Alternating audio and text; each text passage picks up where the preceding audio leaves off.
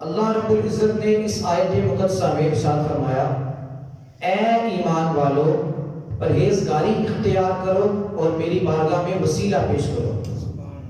اللہ رب العزت نے سب سے پہلے ارشاد فرمایا کہ اے ایمان والو، یعنی سب سے پہلے ایمان کا ذکر فرمایا، اور اس کے بعد تقوی کا ذکر فرمایا، اور اس کے بعد وسیلے کا ذکر فرمایا۔ اب سوال یہ ہے کہ جب بندہ ایمان لے آتا ہے تو اس کو ایمان کے ذریعے بھی اللہ تعالیٰ کا قرب حاصل ہو جاتا ہے، جیسا کہ حدیث پاک میں ہے ان الاسلام یہدم ما کان قبلہ، یعنی کہ ایمان کی وجہ سے تمام سابقہ گناہ معاف ہو جاتے ہیں۔ اور جب بندہ تقوی اختیار کرتا ہے یعنی متقی ہو جاتا ہے تو اس کو تقوی کے ذریعے بھی اللہ تعالیٰ کا قرب حاصل ہو جاتا ہے، جیسا کہ قرآن پاک میں ہے ان اکرمکم عند اللہ اتقاکم، یعنی کہ بے شک تم میں سے اللہ تعالیٰ کے نزدیک سب سے عزت والا وہ ہے جو متقی اور پرہیزگار ہے۔ اب سوال یہ ہے کہ جب ایمان اور تقوی کے ذریعے اللہ تعالیٰ کا قرب حاصل ہو جاتا ہے تو اللہ تعالیٰ نے یہ کیوں فرمایا کہ میری بارگاہ میں وسیلہ پیش کرو؟ یہ اس لیے فرمایا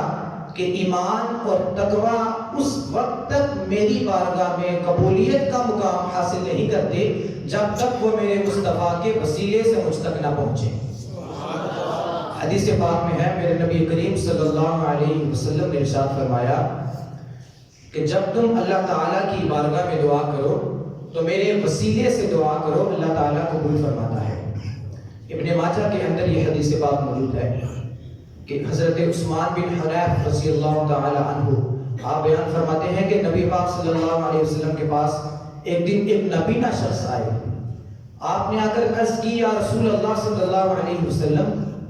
آپ میرے لیے دعا کر دیجئے کہ اللہ تعالیٰ مجھے ٹھیک کر دے، یعنی مجھے بینا کر دے۔ آپ صلی اللہ علیہ وسلم نے ارشاد فرمایا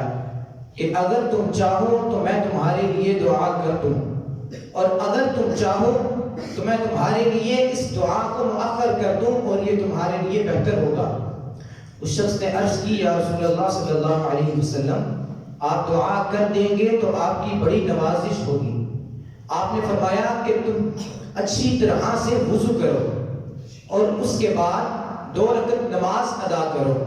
اور پھر میرے وسیلے سے دعا مانگو، اللہ تعالیٰ قبول فرمائے گا۔ صحابہ کرام فرماتے ہیں کہ جب وہ شخص مسجد میں 2 رکعت نماز ادا کرنے کے لیے داخل ہوا تو اس وقت وہ نابینا تھا، اور جب وہ آپ کے وسیلے سے دعا کر کے مسجد سے باہر نکلا اللہ تعالیٰ نے ان کو بینا کر دیا تھا۔ اس سے یہ ثابت ہوتا ہے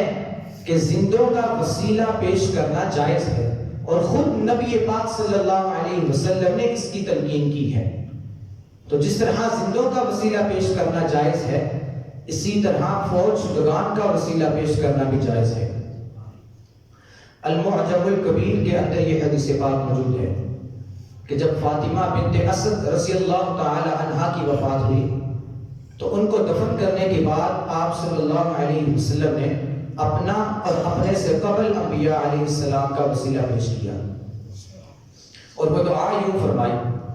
اللہم اغفر لأمی فاطمہ بنت اسد، اے اللہ فاطمہ بنت اسد کی بخشش فرما، وَلَقِّنْهَا حُجَّتَهَا، اور ان کو ان کی حجت سکھا، وَوَسِّعْ عَلَيْهَا مَدْخَلَهَا بِحَقِّ نَبِيِّكَ وَالْأَنْبِيَاءِ الَّذِينَ مِنْ قَبْلِي،